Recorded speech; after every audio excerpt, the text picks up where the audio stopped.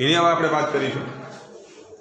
તો અવરોધકતાનો તાપમાન સાથેના આધારની જો વાત કરીએ તો ધાતુઓ માટેની જો વાત કરીએ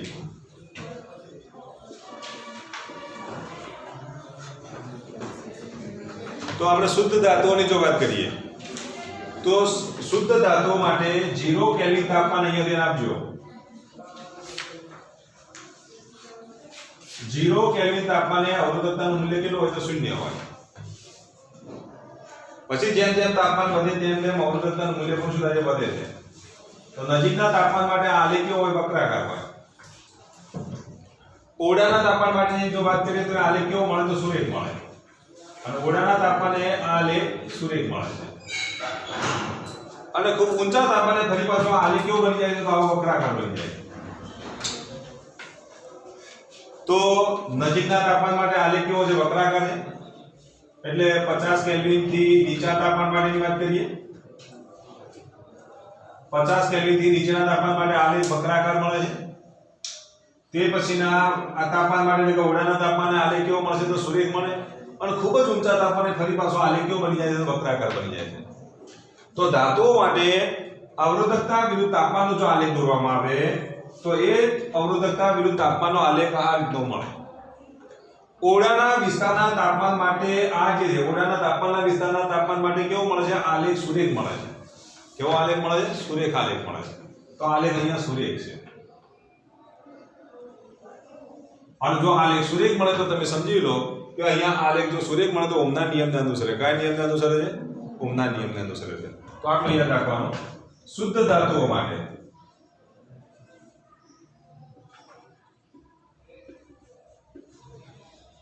जीरो केल्विन तापमाने अवरोधकताનું મૂલ્ય 0 છે।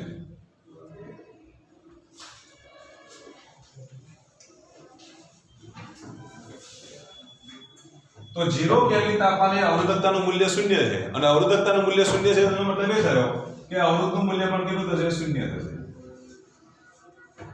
તો શુદ્ધ ધાતુઓનું 0 કેલ્વિન તાપમાને અવરોધકતાનું મૂલ્ય કેવું હોય તો 0 હોય। તો આપેલી ધાતુ શુદ્ધ છે કે અશુદ્ધ છે તમે નક્કી કરી શકો। કારણ કે તમને સોનાનો ટુકડો આપેલો છે અને તમને એમ કીધેલું કે આ સોનાનો ટુકડો 100% શુદ્ધ છે કે નહીં એ જો તમારે નક્કી કરવું હોય તો આજુબાજુ પરિસરનું તાપમાન કેટલું લેવાનું 0 કેલ્વિન લેવાનું અને 0 કેલ્વિન તાપમાને તમારે એની અવરોધકતા માપવાની અથવા અવરોધ માપવાનો। જો અવરોધનું મૂલ્ય 0 મળે કે પછી અવરોધકતાનું મૂલ્ય 0 મળે તો પછી એ 100% શુદ્ધ કહેવાય। પણ જો 0 કેલ્વિન તાપમાને અવરોધકતાનું મૂલ્ય 0 ન હોય તો પછી અશુદ્ધ ધાતુ કહેવાય એટલે કે મિશ્ર ધાતુ છે। કેવી ધાતુ કહેવાય મિશ્ર ધાતુ છે। તો શુદ્ધ ધાતુઓ માટે આટલું યાદ રાખવાનું 0 કેલ્વિન તાપમાને તેની અવરોધકતાનું મૂલ્ય કેટલું હોય તો 0 હોય છે। ત્યાર પછી શુદ્ધ ધાતુઓ માટે તમે શું કહેશો તો ઓરડાના તાપમાને ઓહમના નિયમને અનુસરે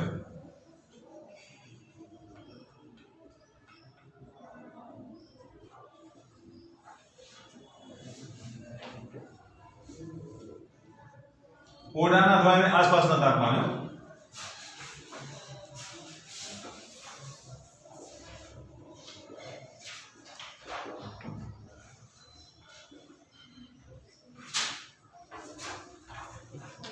तो शुद्ध धातुओं कया नियम ने अनुसरे छे तो ओहमना नियम ने अनुसरे छे અને ઓહમના નિયમને અનુસરે છે તો એનો આલેખ કેવો આ બોલો તો આ તાપમાન માટે આલેખ કેવો હશે તો સુરેખ હશે। તો આ તાપમાન માટે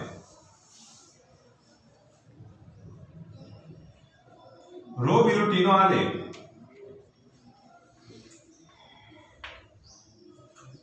सुरेख હોય છે। ખૂબ જ ઊંચા તાપમાને એટલે ધાતુ કેવી અવસ્થામાં આવી જાય પીગળેલી અવસ્થામાં આવી જાય તો ખૂબ જ ઊંચા તાપમાને ફરી પાછો આલેખ કેવો બની જાય છે વક્રાકાર બની જાય। તો ખૂબ જ ઊંચા તાપમાને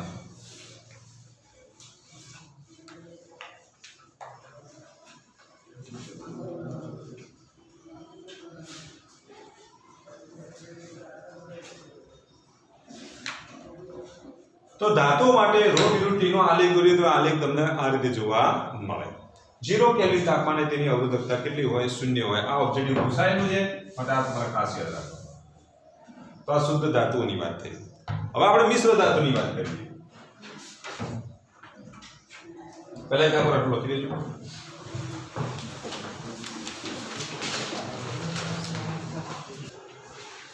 તો જો હવે આપણે વાત કરીશું મિશ્ર ધાતુ માટેની।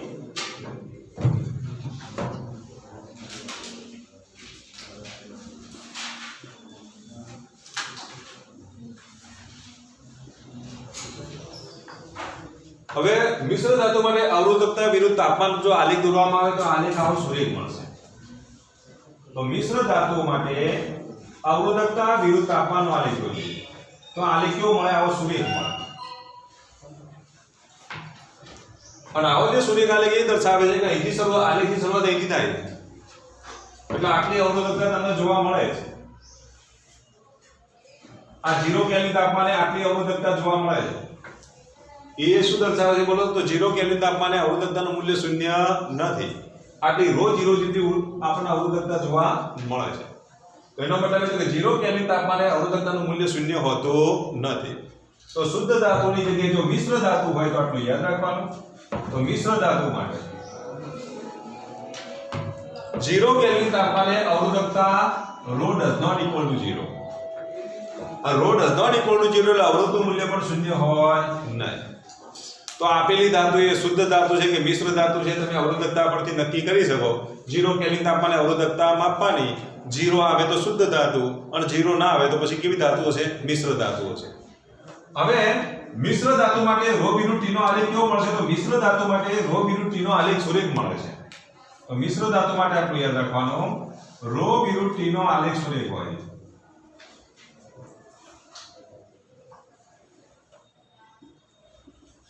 તો ρ વિરુદ્ધ t નો આલેખ સુરેખ મળે છે. શેના માટે?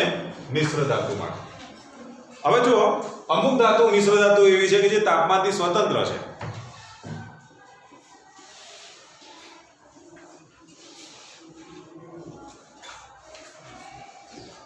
તો અમુક મિશ્ર ધાતુઓ તાપમાનથી સ્વતંત્ર છે.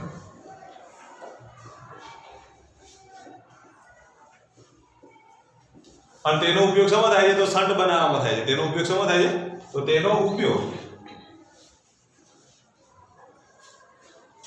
સંટ બનાવવામાં થાય છે.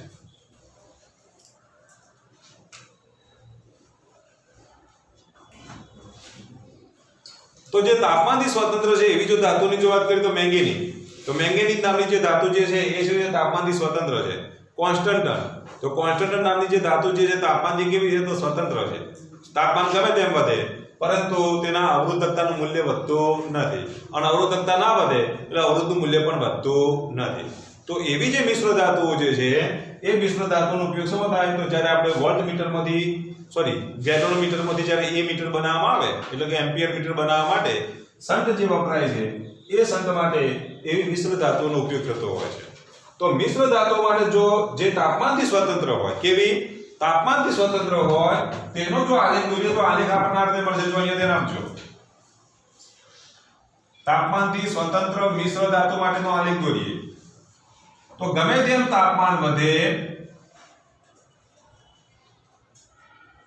પણ અવરોધકતાનું મૂલ્ય વધતું નથી. અતિ સૂક્ષ્મ ફેરફાર થાય, ખબર જ ના પડે. આ સુરેખા સીધી રેખા. તો આમાં જે ફેરફાર છે અતિ સૂક્ષ્મ જ હોય. આ જો બધા ઊંચો મેં દોરી દીધો છે, આટલો નજીક નથી. તો લગભગ કેવું હોય બોલો? t ના અક્ષને સમાંતર જ હોય. કેવો હોય બોલો? એનો આલેખ દોરીએ ρ વિરુદ્ધ t નો આલેખ તો t ના અક્ષને લગભગ સમાંતર જ હોય. અને t ના અક્ષને લગભગ સમાંતર હોય તેનો મતલબ શું થાય બોલો? ગમે તેમ તાપમાન વધે અવરોધકતાનું મૂલ્ય કેવું રહે છે? અચળ રહે છે. તો અવરોધકતા બદલાતી નથી. તો આવી જે મિશ્ર ધાતુઓ જે છે એ તાપમાનથી કેવી હોય છે? સ્વતંત્ર હોય છે. તો તેના માટે તેનો ઉપયોગ શેમાં થાય? સંટમાં થાય છે. એવી જો મિશ્ર ધાતુનું નામ તમારે લખવું તો લખી દેજો. એક મેંગેનીઝ અને બીજી કઈ? કોન્સ્ટન્ટ. તો આટલું તમે લખી દો પહેલા.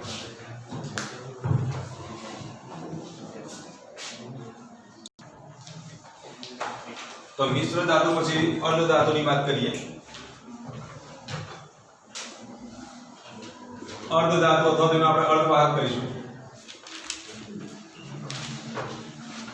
સેમિકન્ડક્ટર અંગ્રેજીમાં કહીએ તો શું કહેવાય? સેમિકન્ડક્ટર. તો અર્ધ ધાતુ માટે આટલું યાદ રાખો.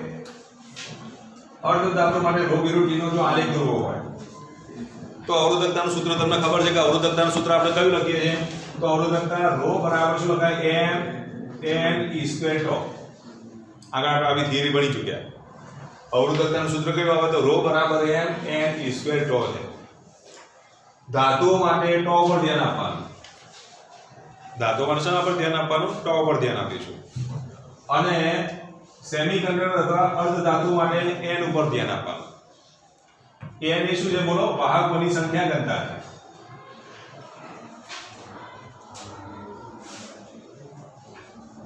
અને τ એ શું છે બોલો? રિલેક્સેશન સમય છે. τ એ શું છે? રિલેક્સેશન સમય છે. ધાતુઓ માટે તમારે શું યાદ રાખવાનું? તો τ પર ધ્યાન આપવાનું. અર્ધ ધાતુઓ માટે તમારે સંખ્યા ઘનતા પર ધ્યાન આપવાનું. ધાતુઓમાં સંખ્યા ઘનતામાં કોઈ ફેરફાર થતો નથી. વાહકોની સંખ્યા ઘનતામાં કોઈ ફેરફાર ન થાય. કારણ કે ધાતુઓની અંદર જ્યારે વિદ્યુતનું વહન થતું હોય ને તો એ મુક્ત ઇલેક્ટ્રોનના લીધે થતું હોય છે. અને ઇલેક્ટ્રોનની સંખ્યા ઘનતામાં તાપમાન સાથે કોઈ ફેરફાર થતો નથી. એટલે ધાતુઓમાં એનના મૂલ્યમાં કોઈ ફેરફાર ના થાય. પણ અર્ધ ધાતુઓની અંદર એનના મૂલ્યમાં ફેરફાર થાય. કેમ?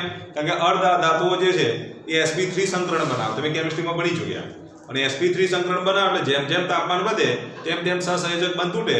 આપણે n પ્રકારના અર્ધવાહકની અંદર અને p પ્રકારના અર્ધવાહકમાં આપણે આવું ભણી ચૂક્યા કે જ્યારે પણ તાપમાન જેમ જેમ વધશે તેમ તેમ આ સહસંયોજક બંધ તૂટે. અને સહસંયોજક બંધ જ્યારે તૂટે એટલે હોલ અને ઇલેક્ટ્રોનના જોડકા વધારે ઉત્પન્ન થાય. જેટલા હોલ અને ઇલેક્ટ્રોનની સંખ્યા વધે એટલે n ની કિંમત વધે. જેટલી n ની કિંમત વધે એટલે છેદ મોટો બને.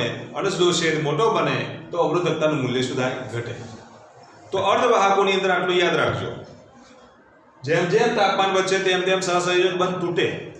સહસંયોજક બંધ તૂટે એટલે હોલ અને ઇલેક્ટ્રોનની સંખ્યા ઘનતામાં શું થવાનો? વધારો થવાનો. અને હોલ અને ઇલેક્ટ્રોનને શું કહેવાય? વાહકો કહેવાય. અને વાહકોની સંખ્યા ઘનતા વધે એટલે n નું મૂલ્ય જેમ જેમ વધતું જશે તેમ છેદ મોટો થતો જાય. અને જેમ જેમ છેદ મોટો થતો જાય તેમ તેમ તેની અવરોધકતાનું મૂલ્ય શું થાય? ઘટતું જાય. જ્યારે ધાતુઓ માટે શું હોય? તો રિલેક્સેશન સમય પર ધ્યાન આપવાનું. શેના પર ધ્યાન આપવાનું? રિલેક્સેશન સમય પર ધ્યાન આપવાનું છે. બે ક્રમિક અથડામણો માટે વચ્ચેનો જે સમયગાળો જે છે એ સમયગાળાને આપણે શું કહીએ છીએ? રિલેક્સેશન સમય કહીએ છીએ. તો ધાતુઓ માટેની જો વાત કરીએ તો ધાતુઓની અંદર શું હોય? તો લેટાઇસ બિંદુ પર ધન આયન ગોઠવાયેલા હોય.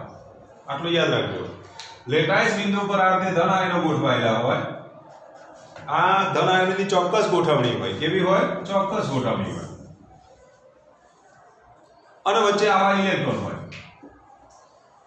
જેમ જેમ તાપમાન વધે આ ધન આયનો શું કરશે? એ ચોક્કસ અક્ષ ઉપર આ રીતે શું કરતા? કંપનો કરતા હોય, દોલનો કરતા હોય.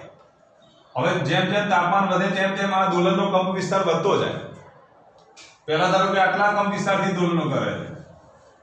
તાપમાનમાં વધારો થાય તો કંપ વિસ્તાર વધી જશે. અને જેમ જેમ તાપમાનમાં વધારો થાય તેમ તેમ કંપ વિસ્તાર વધે તો પછી એ ધન આયનો વધારે નજીક આવતા જાય. અને ધન આયનો વધારે નજીક આવતા જાય તો અહીંથી ઇલેક્ટ્રોન અહીંથી અથડાયા પછી અહીંયા જાય પહેલા અથડાવા માટેનો જે સમયગાળો શું થાય? ઘટી જાય. અને સમયગાળો ઘટી જાય તો પછી અવરોધકતાનું મૂલ્ય શું થઈ જાય? વધી જાય. તો આટલું યાદ રાખો. ધાતુઓ માટે τ પર ધ્યાન આપવાનું. અર્ધ ધાતુઓ માટે n ની સંખ્યા પર આધાર રાખે છે. હવે જેમ જેમ તાપમાન વધે તેમ તેમ n વધે તો ρ ઘટે. અને જેમ જેમ તાપમાન વધે તેમ τ ઘટે તો ρ વધે. તો ધાતુઓ માટે તાપમાન વધે તેમ અવરોધકતા વધે છે. જ્યારે અર્ધ ધાતુઓ માટે જેમ જેમ તાપમાન વધે તેમ તેમ અવરોધકતા શું થાય છે બોલો? ઘટે છે. તો આટલું તમારે યાદ રાખવાનું. તો અહીંયા આપણે અર્ધ ધાતુઓ વિશે લખવાનું છે. તો અર્ધ ધાતુઓ માટે અવરોધકતાનું સૂત્ર તો આ છે. તો અહીંયા આપણે લખ્યું કે જેમ જેમ તાપમાન વધે તેમ n નું મૂલ્ય વધે છે.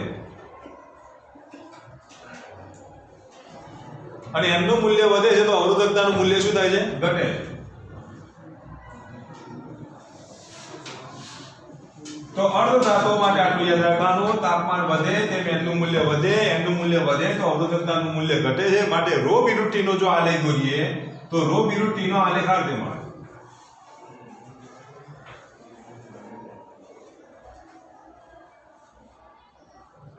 શરૂઆતમાં અવરોધકતા જો આટલી હોય તો તાપમાન વધે તેમ અવરોધકતા ઘટાડવી પડે તો પછી એનું મૂલ્ય આટલું મળે. હવે જો તાપમાન વધારે તો એનું મૂલ્ય આટલું મળે. જેમ જેમ તાપમાન વધારતો જશે તેમ તેમ એનું મૂલ્ય ઘટતું જશે. તો એનો આલેખ આપણને આ રીતે મળશે. ρ ચલે છે 1/n. હવે ρ ચલે છે 1/n છે ને તો ρ ચલે છે n⁻⁻1. એક ચલને 1 ઘાત હોય બીજા ચલને -1 ઘાત હોય તો એનો આલેખ કેવો મળે? તો પરવલય આકારનો મળે. કેવો મળે? વક્રાકાર આલેખ મળે. આટલું યાદ રાખજો. y ચલે છે x નો આલેખ હોય તો સુરેખ હોય. અતિવલય આકારનો હોય. કેવો હોય આલેખ? અતિવલય આકારનો. y ચલે છે જો x² હોય તો એનો આલેખ કેવો હોય? તો પરવલય આકારનો હોય. અને y ચલે છે 1/x હોય તો એનો આલેખ કેવો હોય? અતિવલય આકાર હોય. કેવો હોય? અતિવલય આકાર. તો પછી એનો જે ઘટાડો છે આ રીતે દર્શાવે છે. તો જેમ જેમ તાપમાન વધતું જશે તેમ તેમ અવરોધકતાનું મૂલ્ય શું થતું જશે? તો ઘટતું જશે. કોના માટે? તો અર્ધ ધાતુઓ માટે. તો અર્ધ ધાતુઓમાં તાપમાન વધે છે તેમ તેમ અવરોધકતા ઘટે છે. અને ધાતુઓમાં જો કહીએ તો ધાતુઓમાં જેમ જેમ તાપમાન વધે તેમ રિલેક્સેશન સમય તો ઘટે અને તો ઘટે એટલે રો વધે છે. નોંધ કરી લખો તો એ નથી લખું છું. તો ધાતુઓ માટે ધાતુ એટલે બંને ધાતુ આવી ગયા, મિશ્ર ધાતુ આવી ગઈ અને શુદ્ધ ધાતુ આવી ગઈ. તો જેમ જેમ તાપમાન વધે તેમ શું થશે બોલો? તો ઘટે અને તો ઘટે તો રો વધે. આટલું તમે પહેલા લખી લો. તો અર્ધ ધાતુઓની વાત થઈ.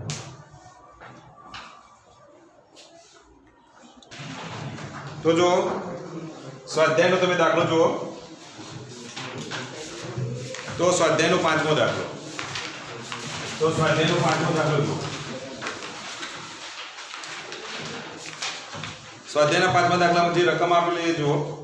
એક ગરમ કરવા વપરાતા ઘટક તારનો ઓરડાના તાપમાને એટલે 27°C તાપમાને અવરોધનું મૂલ્ય કેટલું આપ્યું? 100 ઓહ્મ આપેલું છે. અને અવરોધના દ્રવ્યનો તાપમાન ગુણાંક આપી દીધો કેટલો? 1.7 × 10⁻⁴ અંશ સેલ્સિયસ ઇન્વર્સ. જો તાપમાન ગુણાંકનો એકમ અંશ સેલ્સિયસ ઇન્વર્સ છે અને જો તાપમાન ગુણાંકનો એકમ અંશ સેલ્સિયસ ઇન્વર્સ હોય તો પછી તમારે તાપમાન શેમાં લેવાનું? અંશ સેલ્સિયસમાં લેવાનું. અને જો તાપમાન ગુણાંકનો એકમ કેલ્વિન ઇન્વર્સ હોય તો તાપમાન જો સેલ્સિયસમાં હોય તો પણ શેમાં ફેરવી દેવાનું? કેલ્વિનમાં ફેરવી દેવાનું. બરાબર? તો અહીંયા ફેરવવાની કોઈ જરૂર ખરી? તાપમાન ગુણાંકનો એકમ અંશ સેલ્સિયસ ઇન્વર્સ છે માટે આપેલા તાપમાનને તમારે સેલ્સિયસમાં જ રાખવાનું છે, કેલ્વિનમાં ફેરવવાનું નથી. ખાસ આટલું યાદ રાખવાનું. તો જો ઓરડાના તાપમાને અવરોધનું મૂલ્ય કેટલું આપ્યું? 100 ઓહ્મ આપેલું છે. એટલે શરૂઆતના અવરોધના આપણે શું કહીશું? R0 વડે દર્શાવીએ. જો અહીંયા ધ્યાન આપજો. શરૂઆતના અવરોધના આપણે R0 વડે દર્શાવીએ. બરાબર? અને R0 નું મૂલ્ય તમને આપી દીધું. કેટલું આપ્યું? 100 ઓહ્મ આપી દીધું છે. ઓરડાનું જે તાપમાન જે છે તેના આપણે ઓરડાનું જે તાપમાન જે છે એને આપણે T0 વડે દર્શાવીશું. અને T0 બરાબર તમને કેટલા આપી દીધા છે? તો T0 ની કિંમત આપી છે 27°C. ચલો T0 ની કિંમત આપી દીધી છે, R0 ની કિંમત આપી દીધી છે. તાપમાન ગુણાંકનું મૂલ્ય આપી દીધું છે. તાપમાન ગુણાંકનું મૂલ્ય કેટલું છે? તો આલ્ફા બરાબર કેટલા આપેલા છે? 1.7 × 10⁻⁴ અંશ સેલ્સિયસ ઇન્વર્સ. તો આલ્ફાની કિંમત આટલી આપી દીધી છે. તો આપેલા તારનો અવરોધ 117 ઓહ્મ થાય તે માટે તાપમાન ગણો. એટલે T તાપમાને અવરોધ RT બરાબર કેટલા આપેલા છે? 117 ઓહ્મ આપી દીધો છે. અને એ વખતનું તાપમાન T શોધો. કયું સૂત્ર આવશે બોલો? આટલી માહિતી તમને પક્ષમાં આપી દીધી છે. T તાપમાને અવરોધ કેટલો છે? 117 ઓહ્મ છે. તો એ વખતનું તાપમાન તમારે T શોધવાનું છે. કયું સૂત્ર આવશે તમે નક્કી કરો. ચલો તો લાસ્ટ ટાઈમ આપણે ગઈકાલે વાત કરી હતી એ પ્રમાણે સૂત્ર કયું આવે? બોલો. સૂત્ર કયું વાપરીશું? RT is equal to R0 1 plus alpha T minus T0. ચલો આ સૂત્રનો ઉપયોગ કરી અને આ T શોધી કાઢો. ચાલો કોઈએ બેસી રહેવાનું નથી. આટલું કામ પૂરું કરો.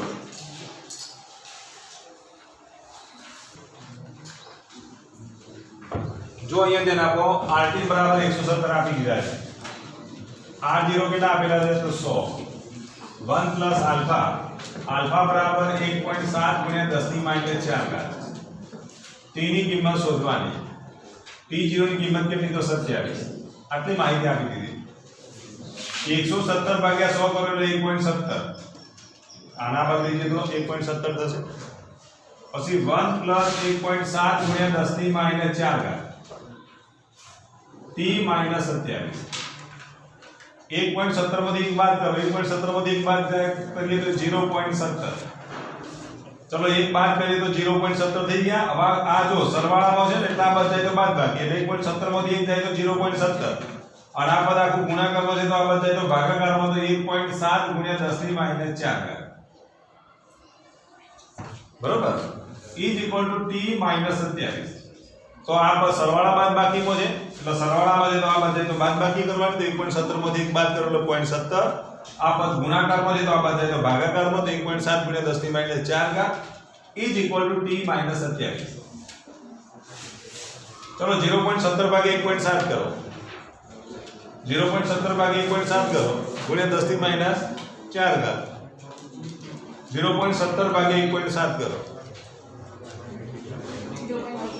0.1 गुणिया 10 ની કેટલી ઘાત થાય 4 ઘાત થાય, ઉપર થાય તો અંશ થાય તો પ્લસ 4 ઘાત થાય बराबर t माइनस 27। जो 0.1 गुणिया 10 થી 4 ઘાત કરો એટલે 1000 થશે, 1000 વત્તા 27, આ બાજુ માઈનસ છે તો આ બાજુ પ્લસ થાય ને, તો 1027 बराबर t। तो t ની કિંમત અહીંયા આપણે ડાયરેક્ટ લખી દો, t બરાબર કેટલા થશે 1027 अंश सेल्सियस। तो अंश सेल्सियस इन्वर्स में હોય તો આ તાપમાન સભા આવશે તો સેલ્સિયસ માં આવે, તો જવાબ કેટલો આવશે બોલો 1027 अंश सेल्सियस तापमान માં। એના પછીનો દાખલો તમે જુઓ તો સ્વાધ્યાયનો 7મો દાખલો જુઓ। तो स्वाध्याय 7मो दाखलो जो 7मा दाखला में माहिती आपीनु लिस्ट बनावो। एक चांदीना तारनु 27.5 अंश सेल्सियस तापमान है, એટલે શરૂઆતનું તાપમાન આપી દીધું કેટલું તો 27.5 અંશ સેલ્સિયસ, એટલે તમને T0 આપી દીધા છે કેટલા 27.5 અંશ સેલ્સિયસ, આટલું તાપમાન આપી દીધું છે। આ તાપમાને અવરોધનું મૂલ્ય કેટલું છે તો 2.1 ઓહમ છે। એ વખતનો અવરોધ એટલે R0 બરાબર 2.1 ઓહમ। પછી 100 અંશ સેલ્સિયસ એટલે જો T તાપમાન આપી દીધું કેટલું તો 100 અંશ સેલ્સિયસ આપ્યું છે, અને તે વખતનો અવરોધ કેટલો આપ્યો છે 2.7 ઓહમ આપ્યો છે, તો અવરોધનું મૂલ્ય કેટલું આપ્યું 2.7 ઓહમ આપ્યું છે। એ સમયનો અવરોધ કેટલો છે એ તાપમાને અવરોધ 2.7 ઓહમ છે। તો પછી આનો તાપમાન ગુણાંક શોધો, એટલે તમારો ગોલ કયો છે તો આલ્ફા શોધવાનો છે। तो फरी पाछું એ સૂત્ર આવશે। આગળના દાખલામાં આપણે t ની કિંમત શોધી, તો આ દાખલામાં તમારે આલ્ફા ની કિંમત શોધવાની છે, બાકીની તમામ માહિતી આપી દીધી છે। તો તમે જાતે પહેલા પ્રયત્ન કરો કેટલો જવાબ આવે।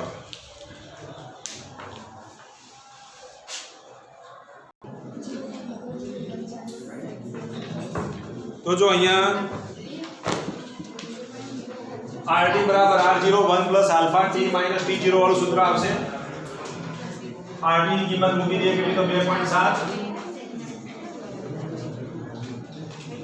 R0 ની કિંમત કેટલી તો 2.1, 1 પ્લસ આલ્ફા ની કિંમત શોધવાની, t માઈનસ t0 એટલે 100 માઈનસ 27.5, चलो 2.7 ભાગ્યા 2.1 કરો એટલે 27 ભાગ્યા 21 જે આવે લખી દો, 1 પ્લસ આલ્ફા 100 માંથી 27.5 જાય તો કેટલા રહે બોલો કેટલા 72.5 આલ્ફા છે, 27 ભાગ્યા 21 કરો કેટલા થાય 1.28 બરાબર 1 વત્તા આલ્ફા 72.5, 1.28 માંથી 1 જાય તો કેટલા રહે બોલો 0.28। જો આ બાદ બાકીમાં અને આ આલ્ફા ની સાથે આ સહગુણક જે છે ભાગાકાર, તો ભાગ્યા 72.5 બરાબર આલ્ફા।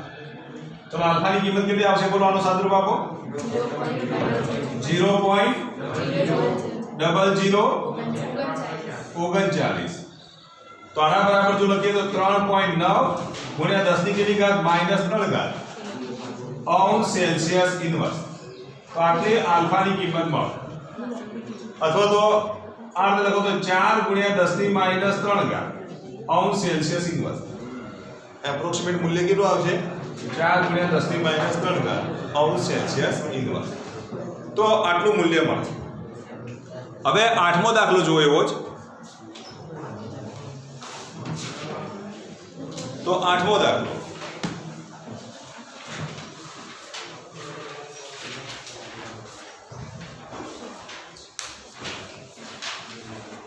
जो નિક્રોમના બનેલા ગરમ કરવાના તારને તારને 230 વોલ્ટના સપ્લાય સાથે જોડતા શરૂઆતમાં 3.2 એમ્પિયર પ્રવાહ ખેંચે છે, પછી અમુક સેકન્ડ બાદ 2.8 એમ્પિયર જેટલો પ્રવાહ સ્થિર થઈ જાય છે। એટલે શરૂઆતની સ્થિતિ આપી દીધી તમને શરૂઆતમાં કેટલો પ્રવાહ ખેંચે છે જુઓ તો 3.2 એમ્પિયર જેટલો પ્રવાહ ખેંચે છે. વોલ્ટેજનું મૂલ્ય કેટલું છે 230 વોલ્ટ છે. વોલ્ટેજ આપી દીધો છે, પ્રવાહ આપી દીધો છે, તો પછી શરૂઆતનો અવરોધ R0 મળે કે ના મળે? કારણ કે ઓહમના નિયમ મુજબ જો લખીએ તો R બરાબર શું લખાય V/I લખાય. શરૂઆતનો વોલ્ટેજ કેટલો 230 વોલ્ટ છે. શરૂઆતનો પ્રવાહ કેટલો છે 3.2 એમ્પિયર છે. શરૂઆતનો પ્રવાહ 3.2 એમ્પિયર હોય અને વોલ્ટેજનું મૂલ્ય 230 વોલ્ટ હોય તો તેના પરથી તમે શું શોધી શકો? R0 શોધી શકો. તો R0 ની કિંમત આપણને મળે કે નહીં? તો R બરાબર V/I લખાય. તો R0 બરાબર શું લખીશું? V/I લખી દઈએ. તો શરૂઆતનો આપણને અવરોધ મળે કે નહીં? તો નિક્રોમના તારનો શરૂઆતનો અવરોધ આપણે શોધી કાઢીએ. તો નિક્રોમના તારનો શરૂઆતનો અવરોધ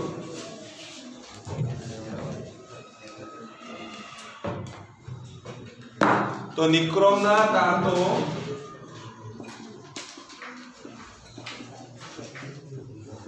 શરૂઆતનો અવરોધ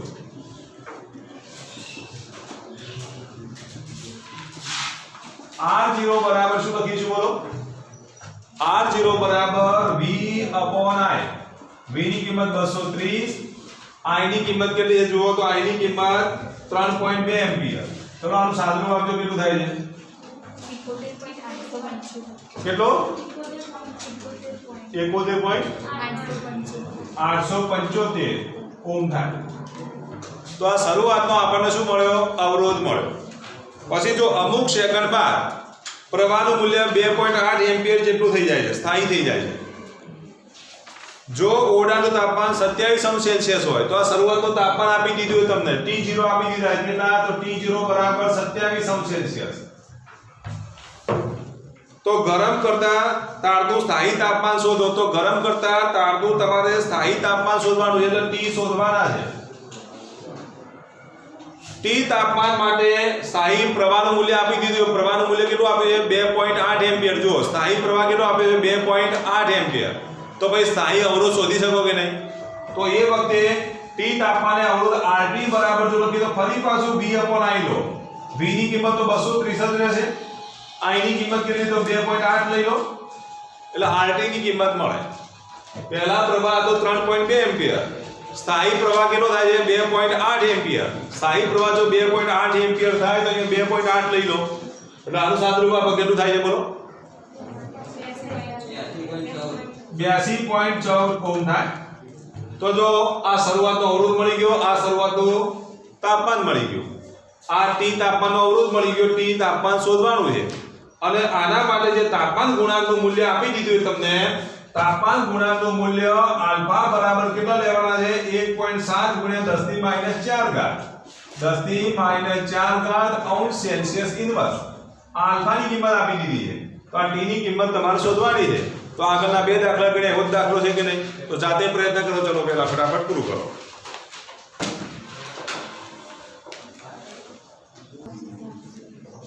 તો જો અહીંયા દેન આપો RT બરાબર શું લખીશું? RT બરાબર R0 1 plus alpha T minus T0. RT ની કિંમત કેટલી? તો 82.14. R0 આવત જશે તો ભાગાકારમાં 71.875 બરાબર 1 પ્લસ આલ્ફા. આલ્ફાની કિંમત કેટલી? તો 1.7 ગુણ્યા 10 ની -4 અને T માઇનસ T0 એટલે કેટલા? તો 27. 82.14 ભાગે 71.875 કરો કેટલા થાય છે? આનો ભાગાકાર કરજો. 1.14 માઈનસ 1 ભાગ્યા 1.7 ગુણ્યા 10 ની -4 બરાબર T માઈનસ 27. એટલે 0.14 ભાગ્યા 1.7 કરો કેટલા થાય? 0.14 ભાગ્યા 1.7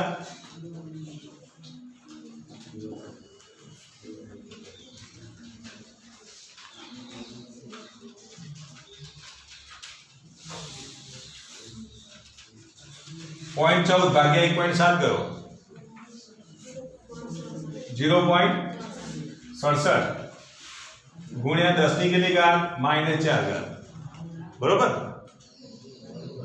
1.14 ઓછા એટલે 0.14 ભાગ્યા 1.7 કરો. 0.14 ભાગ્યા 1.7 કરો 0.00 ડબલ 0 એક જ 0 આવે એટલે 0.14 ભાગ્યા 1.7 કરો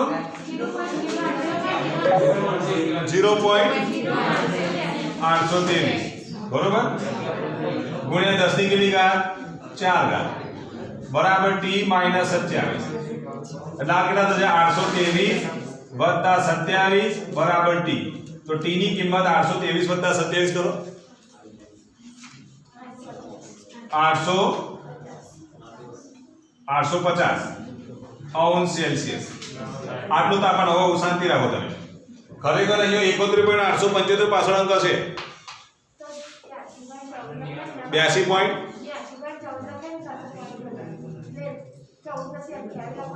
14 પછી 28 લખો ને તો આટલો જવાબ તમારે જે માંગો છે જવાબ આવી જશે રીત સાચી છે સાચું છે બરાબર રીત સાચી છે એટલે સાચું છે બરાબર બરાબર તો આટલું યાદ રાખો 10 ની માઇનસ 4 ઘાત હોય ને તો 4 અંક લેવાનો પોઈન્ટ પછીના 4 અંક સુધીનો તમારે સાદરૂપ આપવાનું એટલે પોઈન્ટ પછી 2 આવશે ને જગ્યાએ 4 અંક લઈ લેવાના તો કદી ભૂલ નહીં પડે કારણ કે 10 ની 4 ઘાત છે એટલે 4 ઘાત વડે ગુણાવાના એટલે 4 અંક તમારે ખસવું પડે અને 4 અંક ખસવાનું હોય એટલે પછી તમારે શું કરવાનું પોઈન્ટ પછીના 4 અંક લઈ જ લેવાના તો કદી ભૂલ પડશે નહીં એક્ઝેક્ટ જવાબ આવશે નજીકનો જવાબ આવશે આ થોડું વધારે પડતો ડિફરન્ટ છે એ ડિફરન્ટ નીકળી જશે ખ્યાલ આવી ગયો તો અહીંયા આપણે સ્ટોપ કરીએ છીએ આટલું તમારે યાદ